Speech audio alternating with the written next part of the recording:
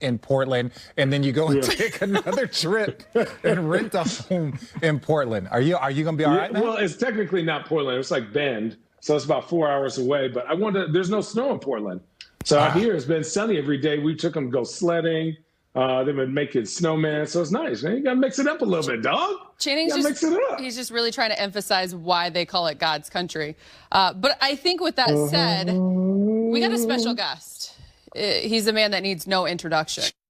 And he wanted to join us. Yes, he does. Cheers. Finally, LeBron James. Cheers. Welcome back to Road Trippin'. Yes. LeBron Alfred James. You called him what? That's his middle name, Alfred. Oh, here you go. Oh, here we go Alfred. with that. Well, it's good to see you. It's good to be seen. I mean, I haven't seen you like in the flesh since March. Yeah, it's been a while. It's been a while. What's been going on in your world? Anything happen? No, it's been pretty quiet in my world, to be honest. It's been pretty quiet. It's been a quiet few weeks, man. So I saw your ugly face in the bubble. Unfortunately, I saw you. Yeah. Unfortunately, you saw that. You were riding your bike around the square footage that we had. It was tough for me because I was only there for 40 days. How long were you guys there? 96 days, 95 nights. I would never forget it. Oh, He's got it down. you have down to the hours and minutes? 96 days, 95 nights. I would never forget it, man. What was the experience? Okay, so now you guys had the best experience because you left with a championship. But what, like, overall, like, to see it pulled off, to see all the things that went on to get it done, and then to see all of some of the positive change and the positive messages that were going on in the bubble, how was the entire experience? So what side you want first? Man, we got hours. Okay, so we'll go with the good first. Let's go with the good. Let's go with the good. Okay, so Adam Silver in the NBA, Michelle Roberts and that crew, they did a hell of a job of putting that thing together. And I mean, obviously we saw what was going on early on with baseball. We see now what's going on with football, no matter the pros or college, with with COVID and the pandemic. So for them to put that together and for it to be able to last the way it lasts, kudos to both sides. From a social injustice standpoint, us as the players to be able to use the NBA platform and us be able to go out there and speak about systemic racism, police brutality, voter suppression, everything that was going on, gave us an opportunity. I mean, obviously, we know you played for the franchise and we competed against them. Yeah. With the Warriors, they say strength is numbers. Yeah. Strength in numbers. We actually saw that in the bubble. The Milwaukee Bucks, they sat out a game, they boycotted a game because of something that happened in their backyard, what we all aware of, and we all stood in solidarity with Milwaukee Bucks. And if we had decided to leave at that very moment, our numbers and being as strong as we could have been would have been depleted. So as far as us being able to stick through that and be able to create some change while we were in there and speak about things that was going on in the communities and talk about things that was just affecting not only our personal lives, but our own communities and things of that nature, unbelievable. Basketball, unbelievable. I loved every part of the basketball. Besides not having fans, Laker Nation, I and the rest of the group, guys, we miss you guys so damn much. It's like, it was eerie. It's eerie. The first time, no kidding. The first time I got to watch a game, I think it was conference finals. And so I'm sitting there watching the guys run out, and they're like, ladies and gentlemen, the Los Angeles Lakers. And the guys were just joking. They were like, hey, running out. And it was like, no applause.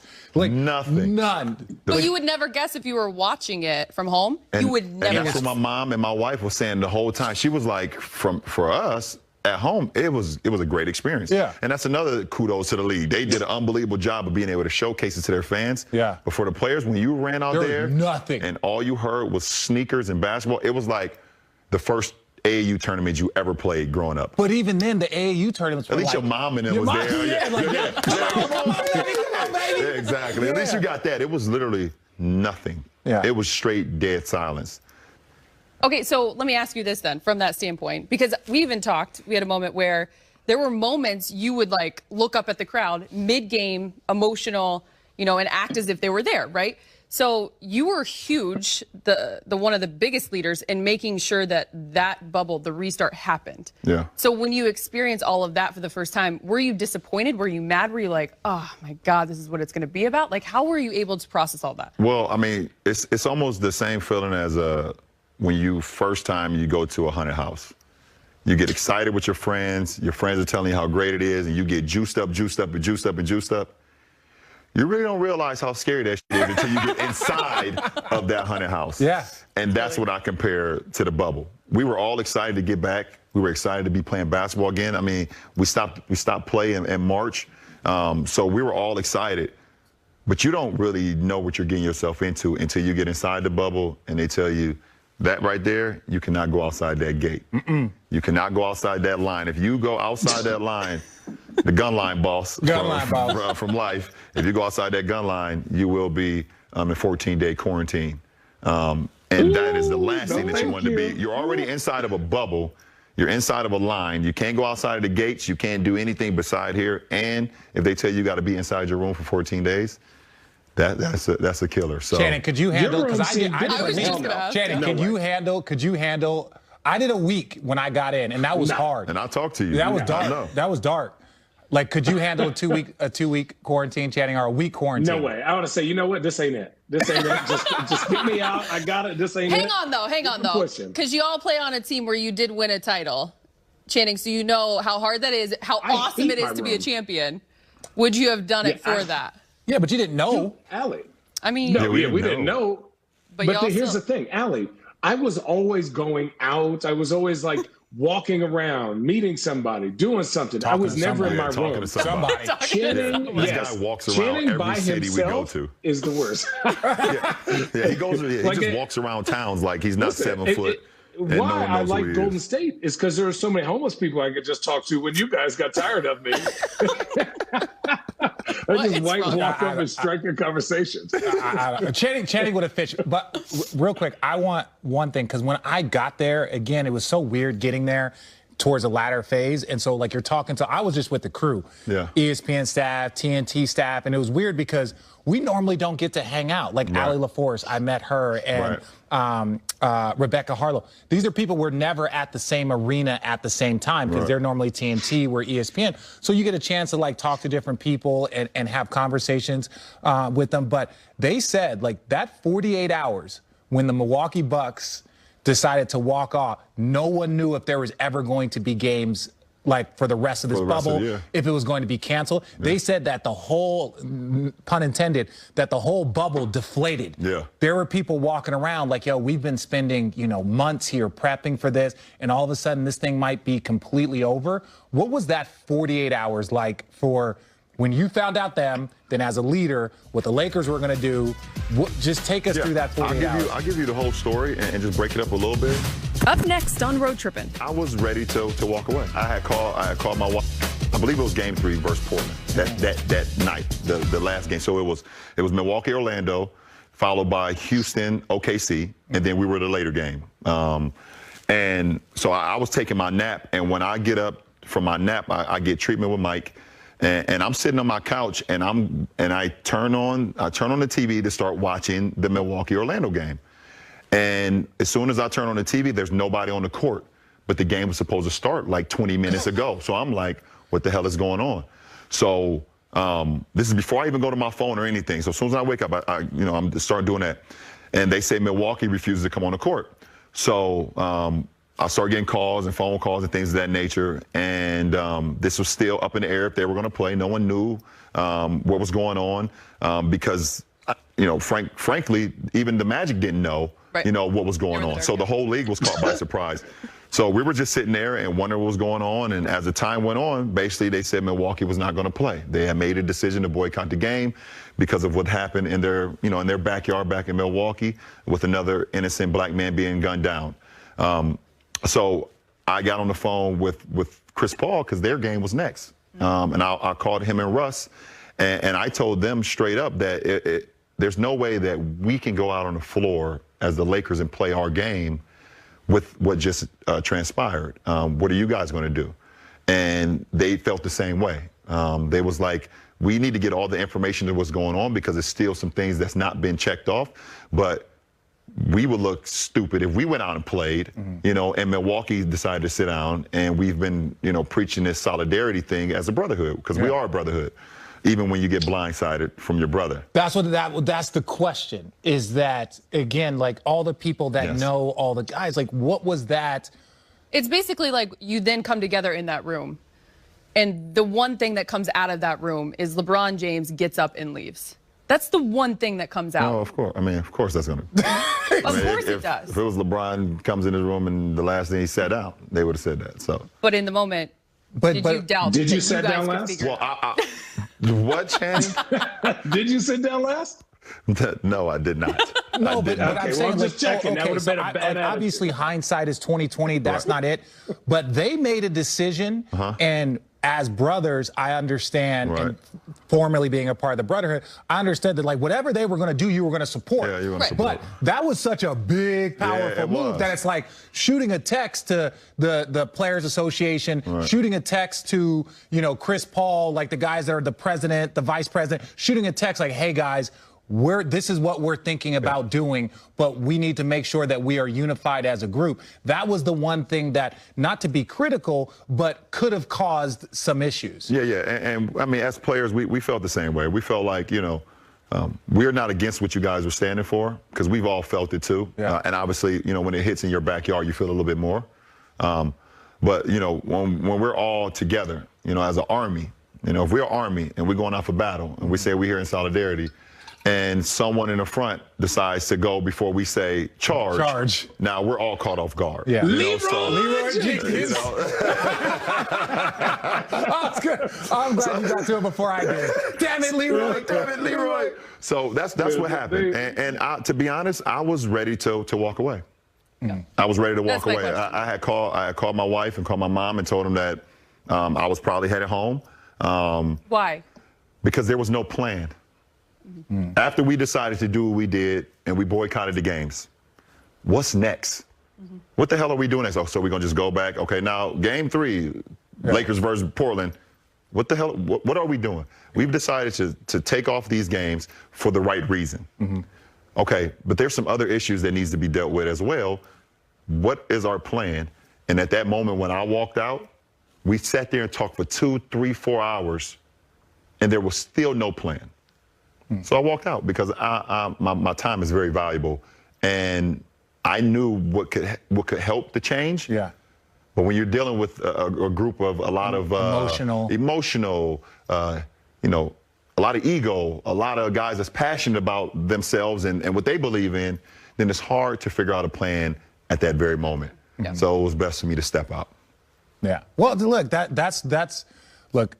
It is one of the harder positions to be in, being not only like the leader of a team, the face of a league, you know, a vocal leader as far as like, you know, I still stand by, was it Patrick Beverley? He's like, look, if Bron playing, we playing, right? Like I was joking. I joke with one of the guys, and I'll keep him nameless. I was like, guys, look, at the end of the day, the NBA wants everybody there.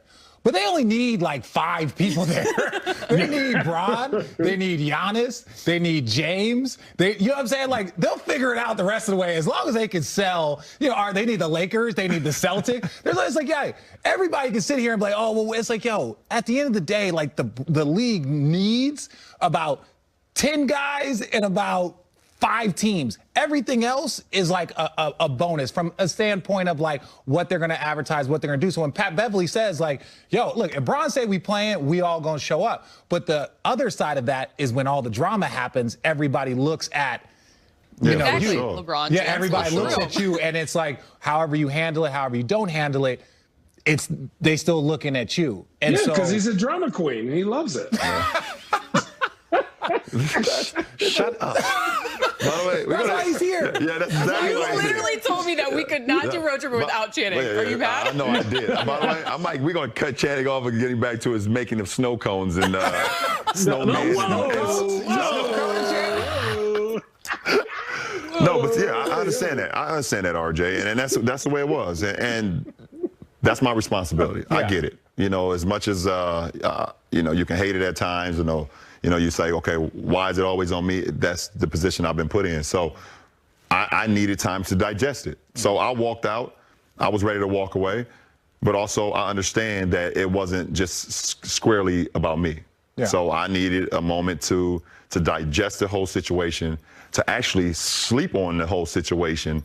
And I was able to do that and wake up the next day and had a plan of what I thought could work for us going forward. The media people did not. And I think, and again, to the Milwaukee Bucks credit, Chris Paul, Michelle Roberts, the entire NBA, even the owners, everyone came together and was like, hey, like, how can we, and I believe Barack Obama was involved, and like, hey, what should we ask for? If we're going to stay here in the face of all of this, what should we ask for? Like, what can we do to help continue to help change? Yeah. And, again, that more than an athlete into more than to a vote, more than a vote, into, the polling places and all, like, so it's something positive did come from a negative situation. But you guys were trying to plan in 36 hours, 48 hours. And figure out how we're going to get back on the floor, too. So it was like, you want to see all this change, but I felt like those conversations and that change needed to happen before we stepped back on the floor. Yeah. And we had, I don't know if you guys heard, but we had a conversation where a lot of the 2 or 3 out of, the guys from each respective team, the coaches, and we had a huge Zoom call with the owners, all 30 owners. Yeah. And, to talk about some of the changes or some of the things that we can do to help create change while we are still playing the game. Because a lot of people was saying like, okay, well, once you guys get to playing basketball, then you guys are going to forget about us. And I didn't want that to happen. I didn't want that. Well, the narrative is going to happen. People are going to say you're going to do this, but I actually wanted to see real change. And a lot of the things that we talked about is some of the things that I mentioned earlier was the voter suppression and having places to have polling sites, like you just mentioned. Right. We got 30 NBA franchises with arenas. Yeah. We needed to have, if not all 30, as close to 30 as possible where people can go and vote. Because we've seen what happened in Georgia. We've seen what happened right outside Atlanta where people couldn't go vote. They were telling them that they shouldn't, they need to go somewhere else, and people waiting 3 and 4 hours standing in line to vote. And we knew how important the November election was.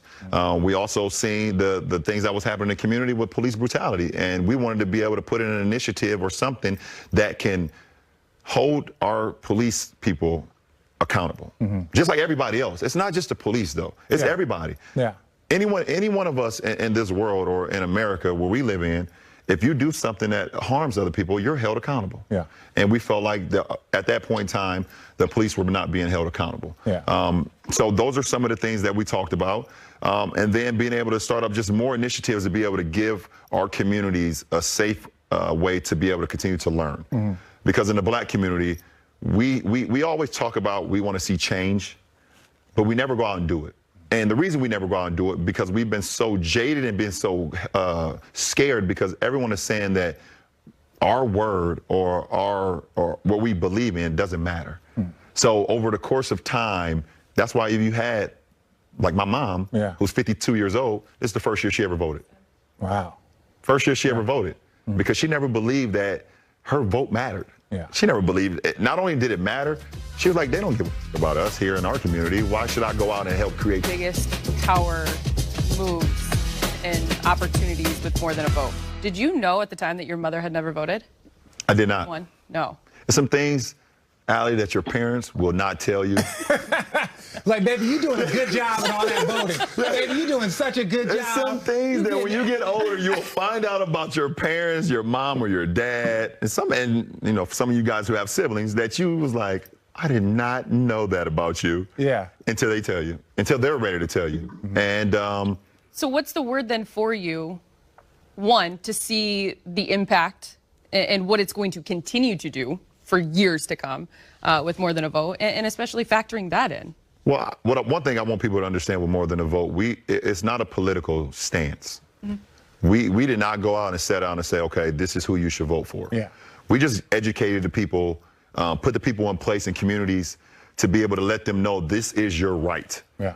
And we had a lot of people that went through the judicial system and went through, the jail system, and they believed because they had prior convictions or convictions and things of that nature that they were not even allowed to vote, which is untrue in a lot of states.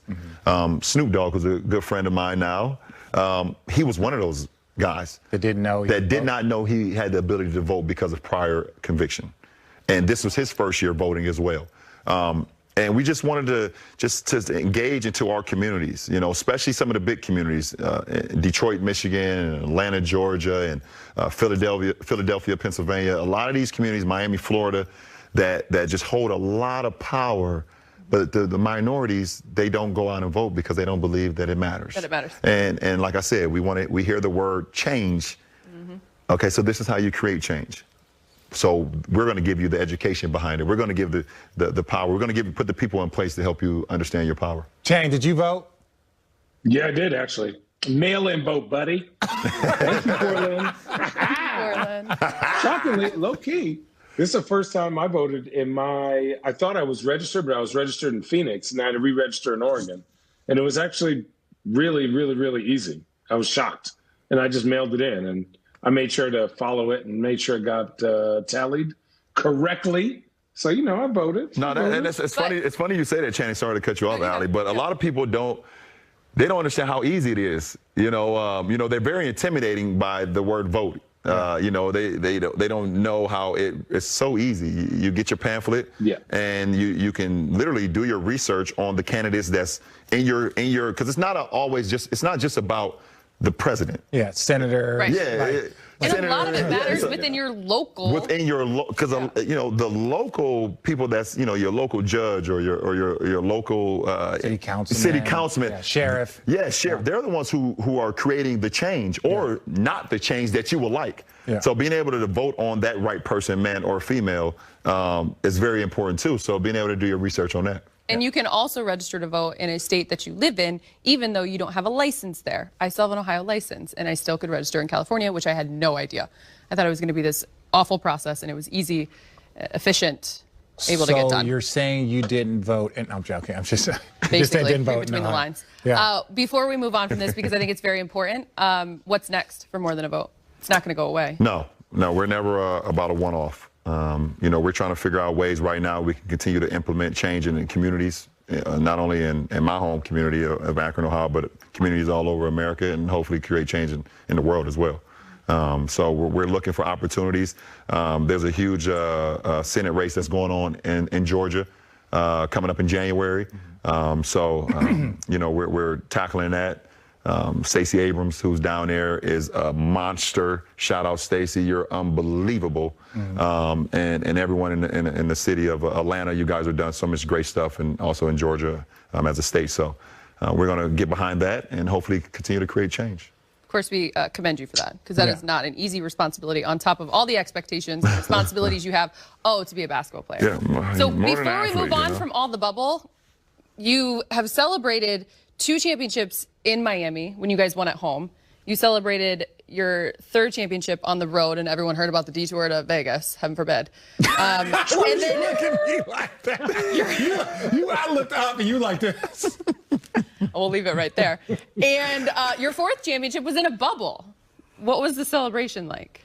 I feel bad for my teammates, my first-time championship teammates. I feel bad for AD, Caruso, Markeith, Dwight, and most importantly, Jared Dudley.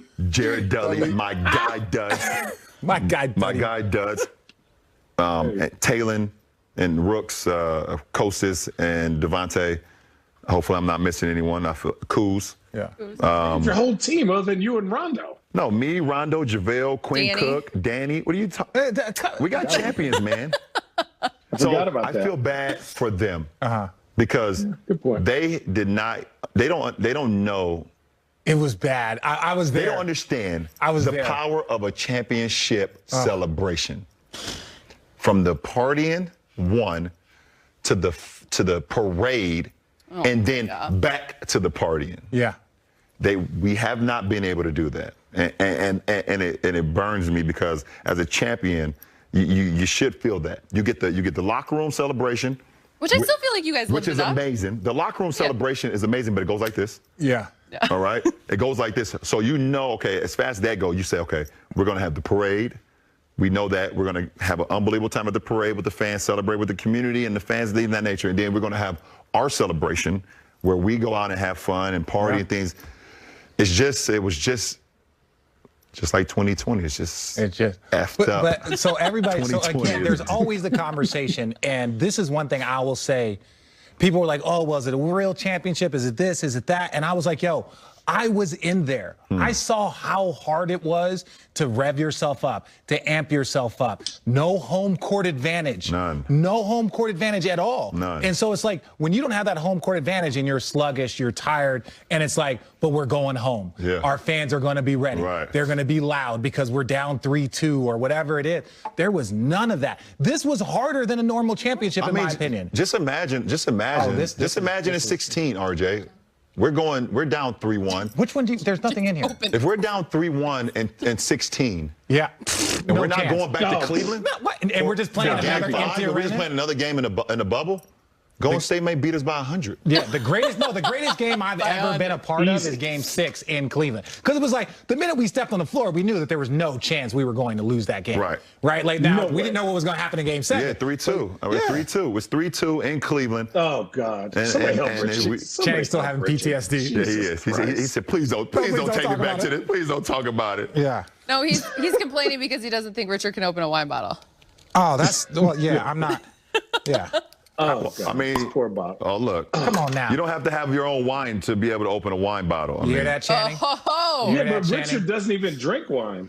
Speaking of, I drink it socially. He drinks it socially, and it's a nice Whispering Angel rosé too. Yeah, it's nice. I drink it At socially. this point, Whispering Angel, what's up? Whispering Angel, what? Whispering Angel. Whispering Angel should be like, what's up? Just give us some. Well, I think it's a very strong possibility they will after this.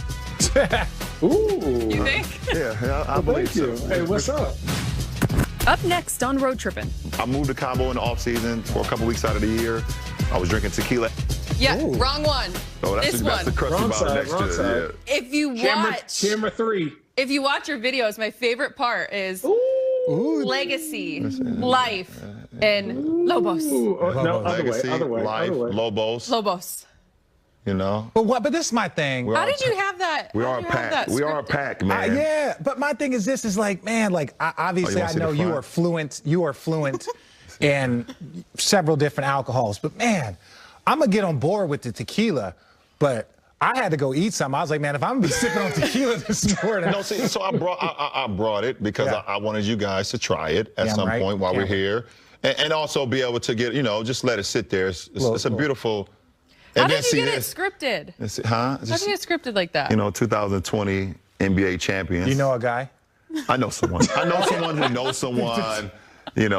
Why did you decide to partner? Like obviously, like you're one of those individuals that everyone knows. This goes without saying that you get offered and asked, and so many opportunities come across your table, your plate, whatever it is. Like, why did you decide to partner up with a tequila? It's literally like when I get asked about something to be able to partner or to invest or to be a part of the movement. Yeah, it's where I'm at in my life. Yeah, and literally tequila.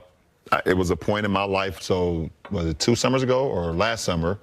I started to drink tequila like heavily. All I was drinking was wine and tequila. I put down like the hard liquor that I was doing in my 20s. Yeah. In your 20s, you're trying to figure out. You're trying to figure out. Okay, what do I like? I don't like that. Okay, I'm gonna go with this. Whatever.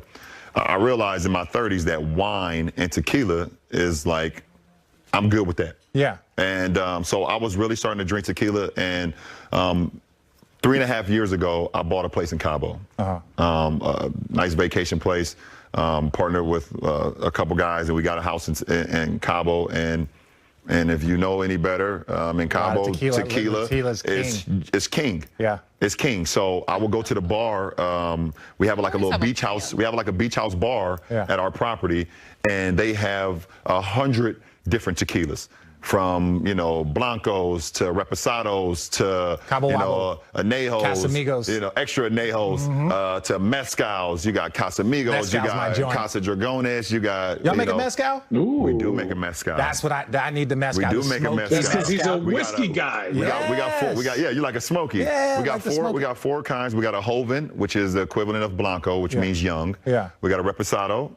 This is the extra añejo, and then we have a mezcal. So I'll make sure. Yeah, the mezcal. I'll make sure you get the bottle of the mezcal. So that's where it's at. I moved to Cabo in the off season for a couple weeks out of the year.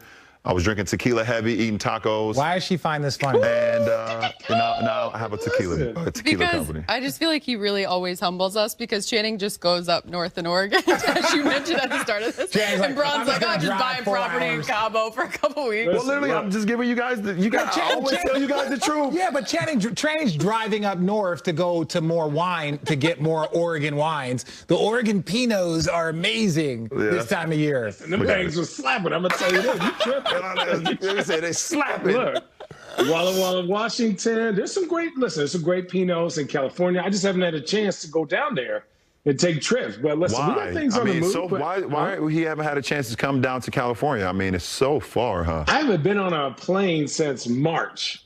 Listen, we have legit just been driving everywhere.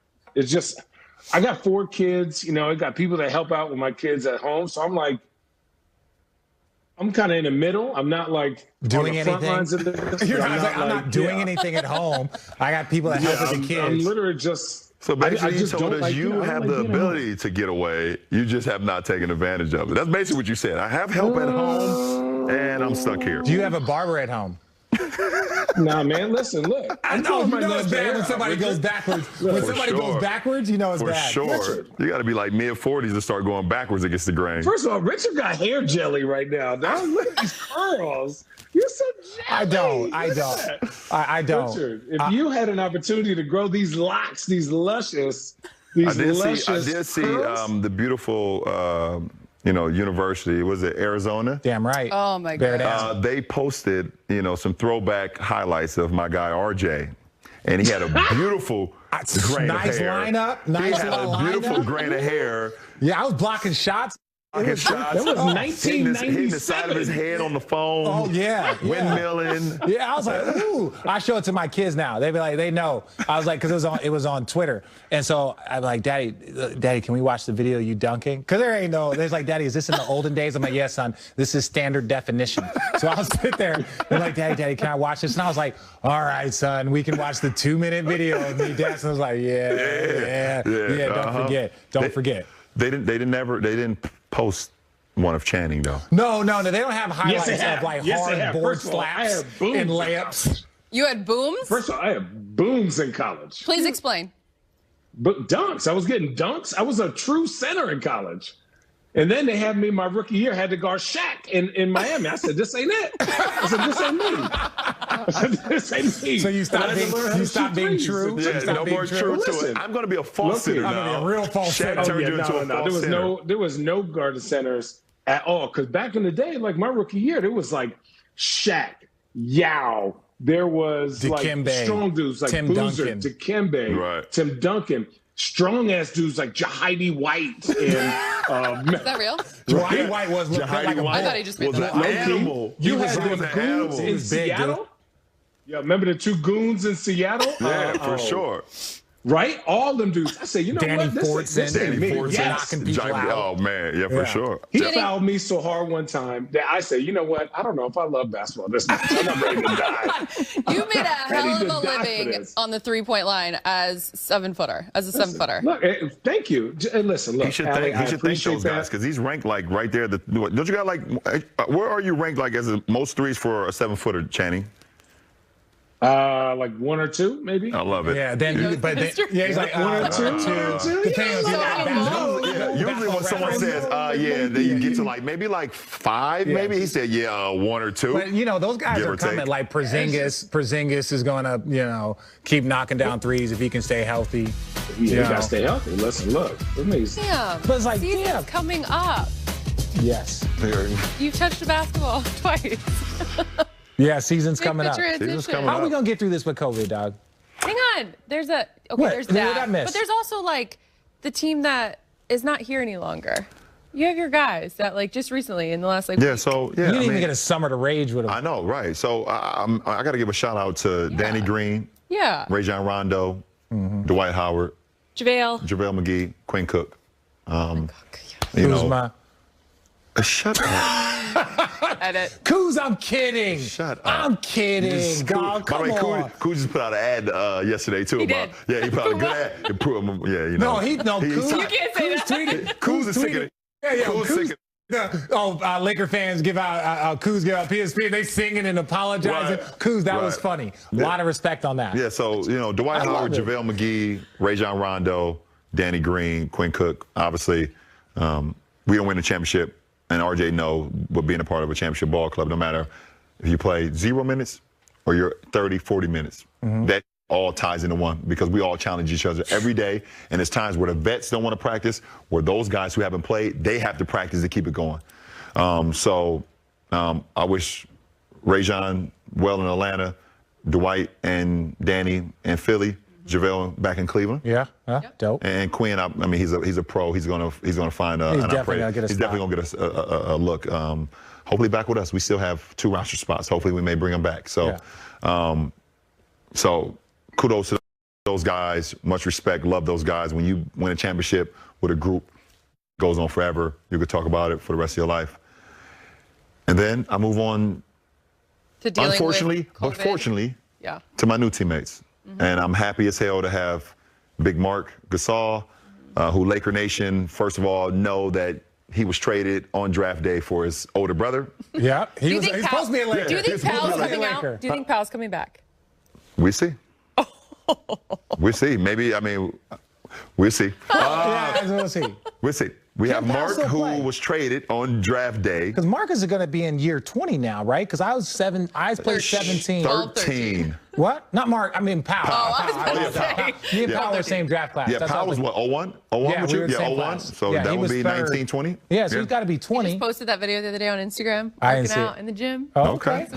So, happy to have Mark, another champion. Yeah. One with the Raptors 2 years ago, who I've always loved. Yeah. Mark has my Defensive Player of the Year trophy at his house, but that's no here nor there. No, that's not a knock on Mark. But this is the thing, because sometimes we don't. I love you, Mark. I can't wait to talk about this. We don't pay attention to stuff, but when you brought that up, you brought it up, or somebody brought it up, and I was like, "What are you talking about, Defensive Player of the Year?" And then I saw that Marc Gasol didn't receive any first place vote. No, he was second. First team votes. Yeah. He only received every third team vote, but then that had vaulted him with enough points accumulated to be the. I was like.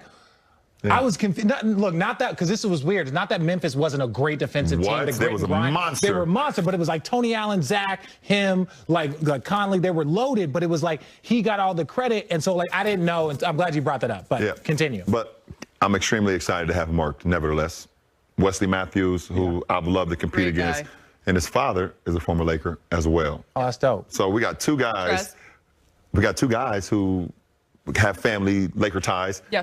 And then we get Trez. How Trez is?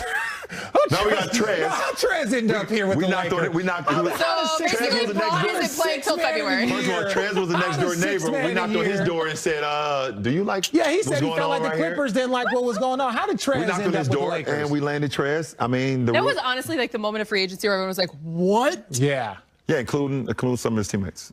That they actually put that on social media. It's not like I'm making it up. They said, what? We got Trez, who 6th Man of the Year award winner, who's going to help our bench, which we struggle with this past year with our bench, and keeping that up.